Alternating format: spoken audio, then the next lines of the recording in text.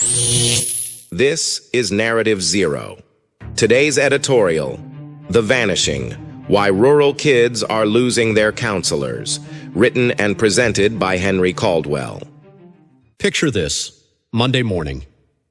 Your child walks into school looking for their counselor, the one who helped them through their parents' divorce, through the panic attacks, through those long, dark nights when everything felt impossible. The office is empty, they're gone. And that's not a hypothetical anymore. It's happening right now, from the wheat fields of Kansas to the mountain hollers of West Virginia. Federal school mental health grants that once represented genuine hope, they're disappearing faster than morning mist. Now let me tell you what we've uncovered. Last month, the Trump administration made a decision that didn't generate many headlines, but it will echo through thousands of hallways. They cut federal school-based mental health grants, the same programs created in the wake of Uvalde under President Biden's post-tragedy reforms. And the numbers here aren't symbolic. We're talking about funding that trained and supported more than 20,000 school-based psychologists and counselors.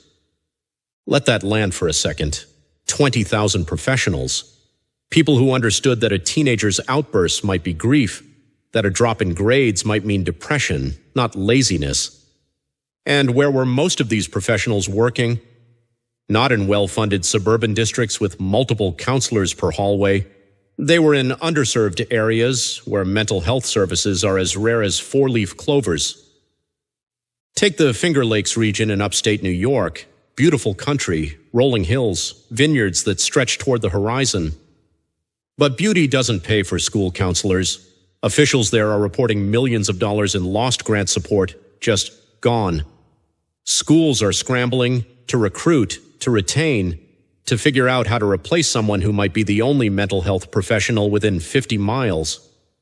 Hennessy Lustica, the region's project director, summed it up in one line: over 20,000 students will lose critical support. Let that settle. That's 20,000 young people who might walk into school tomorrow and find that the adult who understood them, who saw them, is no longer there. And here's where things start to unravel.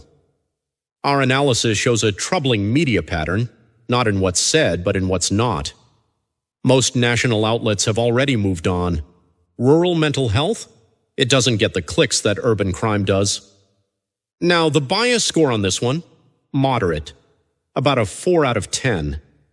The reporting is mostly neutral, but the omissions are glaring, and one voice missing entirely: the education department.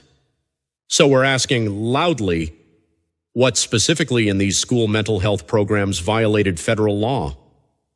Where is the written guidance that justifies terminating them? And why has the Department of Education failed to provide a clear explanation to the schools and families affected? Because if a federal agency can quietly walk away from $1 billion in child mental health funding without showing its work, that should worry everyone. Now let's talk sources. We're leaning on community-rooted outlets, AP News, Source New Mexico, teams that understand the terrain. The facts hold. But even here, sourcing transparency hits limits.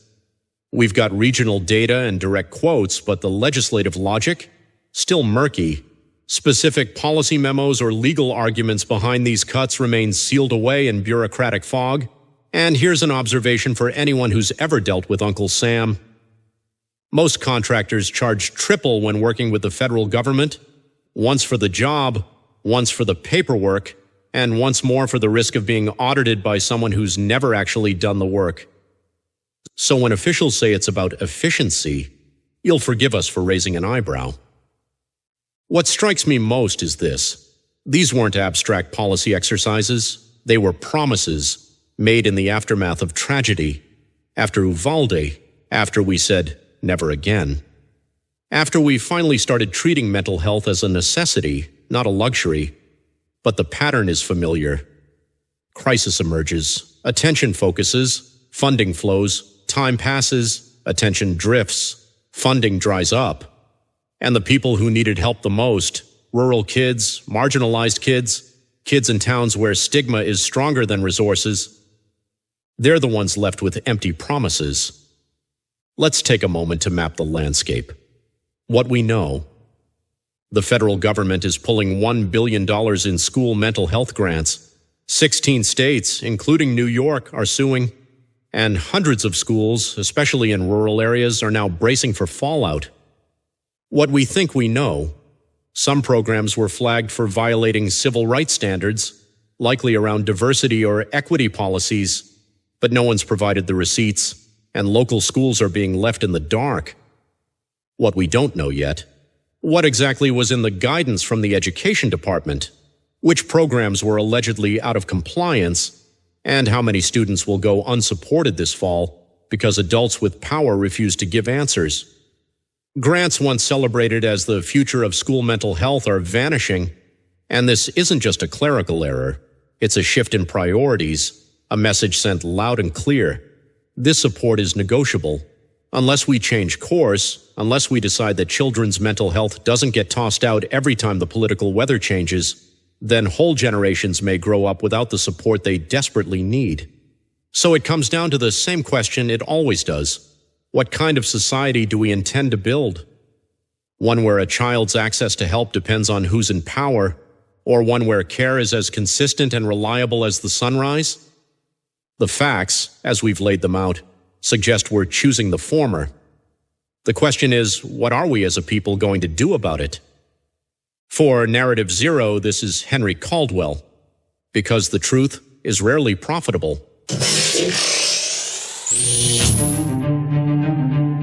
Copyright 2025, Wallstone Studios. For more stories that unspin the news, visit us at narrativezero.news, where facts still matter.